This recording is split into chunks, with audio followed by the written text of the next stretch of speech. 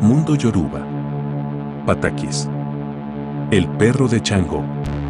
A Ogun le gustaba tomar otí en un establecimiento que era propiedad de Yemaya, la esposa de Chango.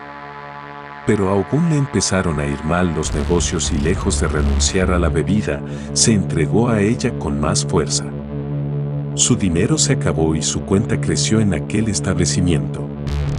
Fue en vano que, una y otra vez, la mujer quisiera cobrarle al marchante lo que adeudaba. Todo se convertía en evasivas de su parte. Enterado Chango de que Ogun no había querido pagarle a Yemaya el monto de la cuenta de sus tantas borracheras, fue a casa de este con la intención de cobrarle por las buenas o por las malas. Cuando Ogun vio a su antiguo rival y actual acreedor acercarse a su vivienda, le ordenó a uno de sus perros que lo atacara. El bravo animal se lanzó sobre Chango, el que sin inmutarse le puso una mano en la cabeza y comenzó a pronunciar un conjuro que lo hizo empequeñecerse de inmediato.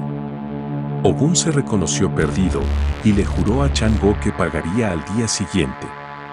El dueño del trueno aceptó el plazo y le exigió que, además, le entregara el perro.